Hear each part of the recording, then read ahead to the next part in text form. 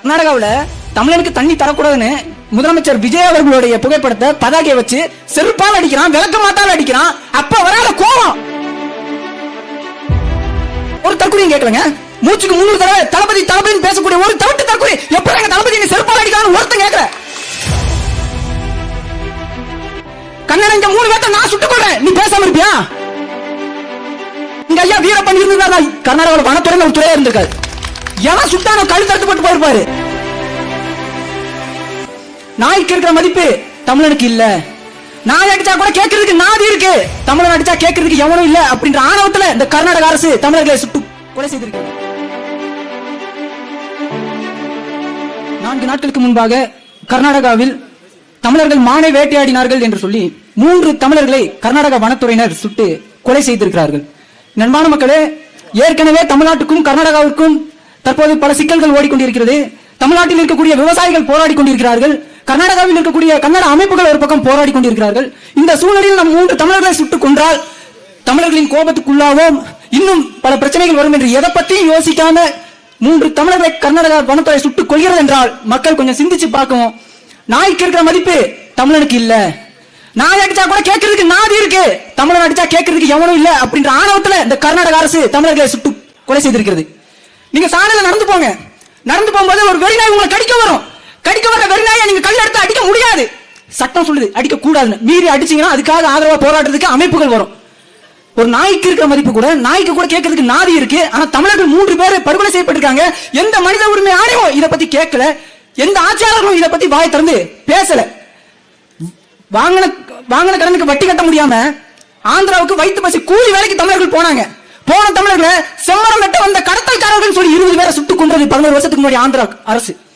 கடல்ல மீன் பிடிக்க தமிழர்கள் போறாங்க தன்னுடைய வாழ்வாதாரத்துக்காக, எல்லை தாண்டி வந்து மீன் பிடிச்சுக்கான்னு சொல்லி தமிழர்களை படுகொலை செய்து சுட்டுக் கொள்ளுது இலங்கை கடற்படை ராணுவம்.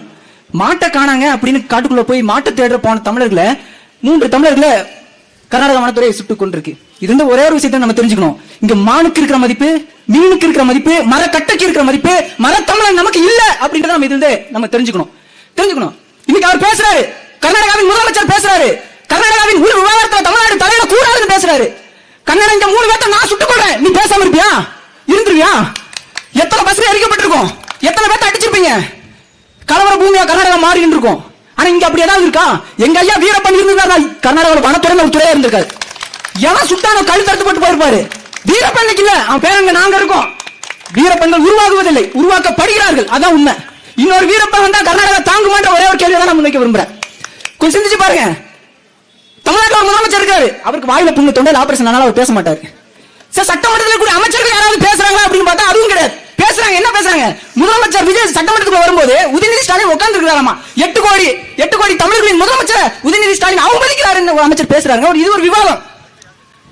கர்நாடகாவில் தமிழனுக்கு தண்ணி தரக்கூடாதுன்னு முதலமைச்சர் விஜய் அவர்களுடைய புகைப்படத்தை பதாகையை வச்சு செருப்பால் அடிக்கிறான், விளக்க மாட்டால் அடிக்கிறான். அப்ப வராத கோபம் முல்லைப்பெரியார் அணை விவகாரத்துல இப்ப ஒரு வாரத்துக்கு முன்னாடி மலையாளிகள் வந்து விஜய் அவர்களுடைய புகைப்படத்தை உருவமே வச்சு செருப்பு கட்டி அடிக்கிறான். அப்ப வராத ரோசம் உட்கார்ந்துருக்கும் போது வருதுன்னா கொஞ்சம் நினைச்சு பாருங்க. அதனால உங்களை தற்கொலைகள் நம்ம சொல்றோம். எங்களுக்கு வலிக்குது. 1000 இருந்தாலும் விஜய் எங்களுடைய முதலமைச்சர், தமிழர்களின் முதலமைச்சர் விஜய்க்கும் எங்களுக்கும் அவர் ஆட்சி சரியில்லை, அவர் சரியா ஆட்சி நடத்தல, கேவலமா நடத்துறாரு எல்லாம் நாங்க சொல்லுவோம். எங்க முதலமைச்சர் நாங்க அடிப்பா செருப்பால. நீ எப்படி அடிக்கலாம் பக்கத்து வீட்டுக்காரன்? நீ எப்படி அடிக்கலாம்? நாங்க அடிப்பா விளக்க மாட்டால. அண்ணன் தம்பி பிரச்சனைக்குள்ள பக்கத்து வீட்டுக்காரன் நீ ஏன் வர? இதை ஒரு தற்கொலையும் கேட்கலங்க. மூச்சுக்கு 300 தடவை தளபதி தளபதினு பேசக்கூடிய ஒரு தவிட்டு தற்கொலை எப்படி எங்க தளபதி நீ செருப்பால அடிக்கலாம்னு ஒருத்தன் கேட்கல. எங்களுக்கு கோவம் வருது. சிந்திச்சு பாருங்க. இந்த ஆண்மையோட முதலமைச்சரா விஜய் இருந்தா என்ன பண்ணிருக்கோம்? எப்படி இனத்தால நீ சுட்டு கொள்ளலாம் அப்படின்னு உச்ச நீதிமன்றத்துக்கு போயிருக்கணும். பீகார் சட்டமன்றத்தில் ஒரு 5 வருஷத்துக்கு முன்னாடி எதிர்க்கட்சிகள் அமளியில் ஈடுபடுறாங்க. எதுக்குன்னா தமிழ்நாட்டுல வேலை செய்து வரக்கூடிய பீகாரிகளுக்கு பாதுகாப்பு இல்ல அப்படின்னு பீகார் சட்டமன்றத்தில் சொல்லப்போனா பீகாரிகளால தான் நமக்கு பாதுகாப்பு இல்ல. ஆனாலுமே அங்க ஒரு விவாதம் நடத்தப்படுது. இந்த மாதிரி அவங்களுடைய பாதுகாப்பை உறுதி செய்யணும் பீகார் சட்டமன்றத்தில் பீகார் எதிர்க்கட்சிகள் வந்து கொந்தளிக்கிறாங்க. உடனே பீகார் முதலமைச்சர் என்ன பண்ணாரு? தமிழ்நாட்டுக்கு ஒரு விசாரணை குழு அனுப்பினார், போய் ஆய்வு செஞ்சுட்டு வாங்க அப்படின்னு ஒரு விசாரணை குழு அனுப்பினார். அப்படியாவது தமிழ்நாட்டின் முதலமைச்சர் விஜய் அவர்கள் அங்க போய் கர்நாடகாவில் என்ன நடந்ததுன்னு விசாரிச்சுட்டு வாங்க ஒரு ஆய்வு குழு அனுப்பியிருந்தா பரவாயில்ல.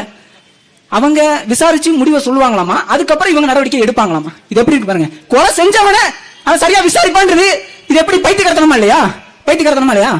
அப்போ தமிழ்நாடு அரசு உரிய அழுத்தத்தை கர்நாடகாவுக்கு கொடுக்கணும். ஒரே ஒரு விஷயம், 2 நாளைக்கு முன்னாடி இது ஹிந்து நாளிதழில் அந்த இணையதளத்தில் நான் படித்தேன்.